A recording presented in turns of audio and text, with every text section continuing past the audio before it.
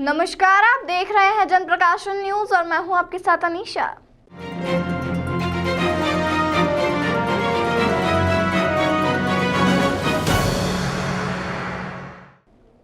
उज्जैन के महाकाल क्षेत्र के विस्तारीकरण में महाकाल के आसपास लगने वाली 29 दुकानों और कई मकानों को हटाया गया था। इसके बदले जिला प्रशासन ने महाकाल लोक में दुकान संचालकों को दुकान देने का वादा किया था कि जिनकी दुकानें हटी उन्हें लागत मूल्य पर दुकानें देंगे, लेकिन नीलामी की बात सामने आई तो दुकानदार न्यायालय की शरण में पहुंचे थे।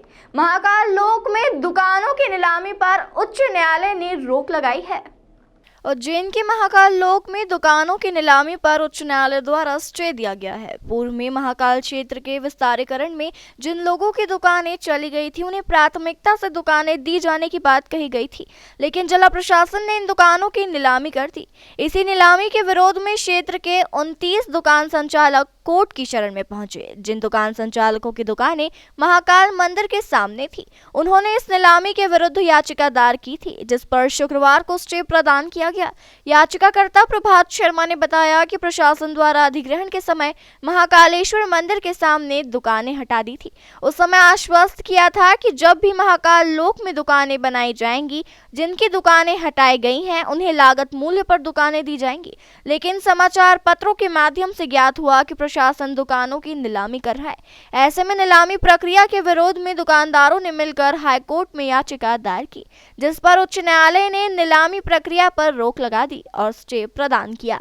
देखिए, पिछले वर्ष 2021 में जो महाकालेश्वर मंदिर के सामने जो विस्तारीकरण में जो 11 मकान थे जिनको हटाया गया था अधिग्रहण में, उनमें जो 29 दुकानदार थे, जो भवन मालिक थे उनको तो मुआवजा मिल गया था, और उसमें जो दुकानदार थे, दुकानदारों को मध्य प्रदेश शासन द्वारा आश्वस्त किया गया था कि जब भी नई दुकानें बनेगी तो उसमें सबसे पहली प्राथमिकता उचित मूल्य पर आपको दी जाएगी।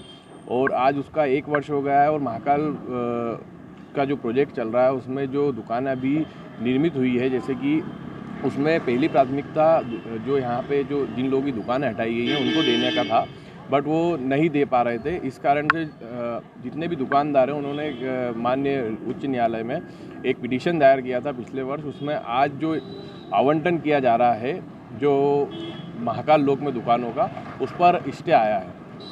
क्या स्टे आया है? कब तक रोक लगाने के लिए?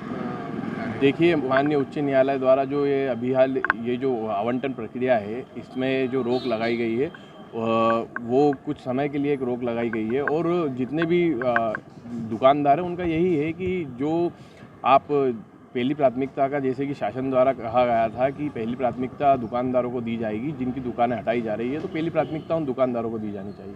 दुकान संचालक ऋषभ यादव के अनुसार 25 नवंबर 2021 को 11 मकान हटाए गए थे, जिनमें से कुछ दुकान संचालित करने वाले थे। इनमें से 9 दुकानदारों ने याचिका दायर की थी, जिस पर न्यायालय ने स्टे प्रदान किया।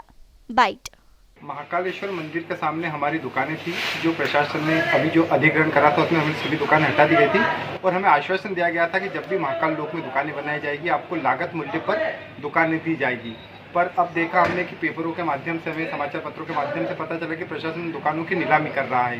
तो जो नीलामी प्रक्रिया है उस पर ही सभी दुकानदारों ने मिलकर हमने हाईकोर्ट में अर्जी लगाई थी, जिसमें माननीय न्यायालय द्वारा उस प्रक्रिया पर रोक लगा दी गई है और स्टे हमें प्रदान किया गया है।